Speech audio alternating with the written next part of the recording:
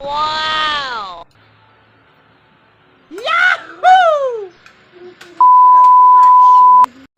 Ayun nga mga kaputik, dahil nga sa off-duty naman natin, maaga pa nga lang, nandito na tayo sa pamilihan ng Aliaga. Pagkayari ko ang mamalengke, damaan ako dito sa may nagtitinda ng buko. Tapos bumili na rin ako ng pandesal. Sadya nga nakakamiss uminom ng press buko, lalo na sa umaga. Hindi yung puro malinis na lang, para hindi madungis.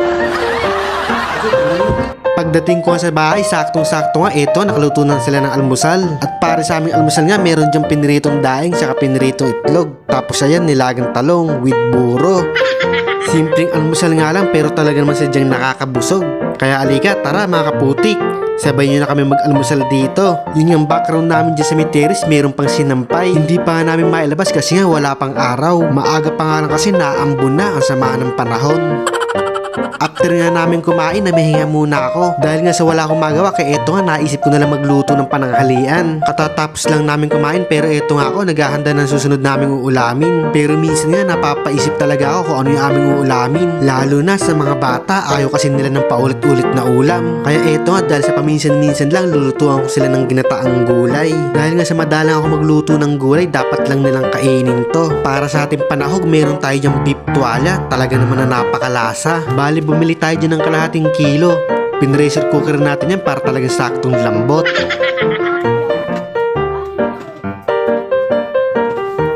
Nung mainit na nga rin yung kawali, nilagyan na rin natin ng mantika. Tapos lagyan natin yung bawang sibuyas, konting mekos-mekos, insan. Tapos syempre sunod na natin yung panahog. Mekos-mekos lang natin ng matindihan, insan, para talaga lumabas yung beef lasa niya. Tapos ilagay na natin yung maligat-ligat na kalabasa, pampalino ng mata.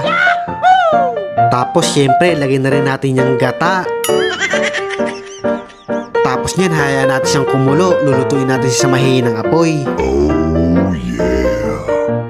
At ayan, finally mga kaputik, talaga namang mapapakain ni mga kid natin neto. Ginataang kalabasa sitaw with tuwalya beef. Kaya pag magluluto tayo ng gulay, dapat na nating sarapan para hanap-hanapin nila. Dahil sa paminsan-minsan nga lang sila kumain nito, kaya obligahin ko na sila kumain ng kalabasa, pampalinaw ng mata. Kaya naman talaga gusto kong kumain para lalo luminaw paningin ko. At sa wakas, ito na pinakahihintay. First bite.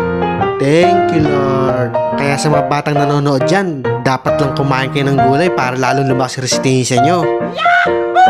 Sabi nga nila, ang gulay pampahaba daw ng buhay.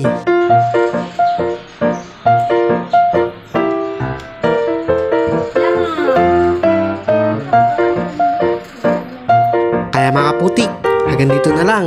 Hanggang sa muli. Thank you for watching. God bless.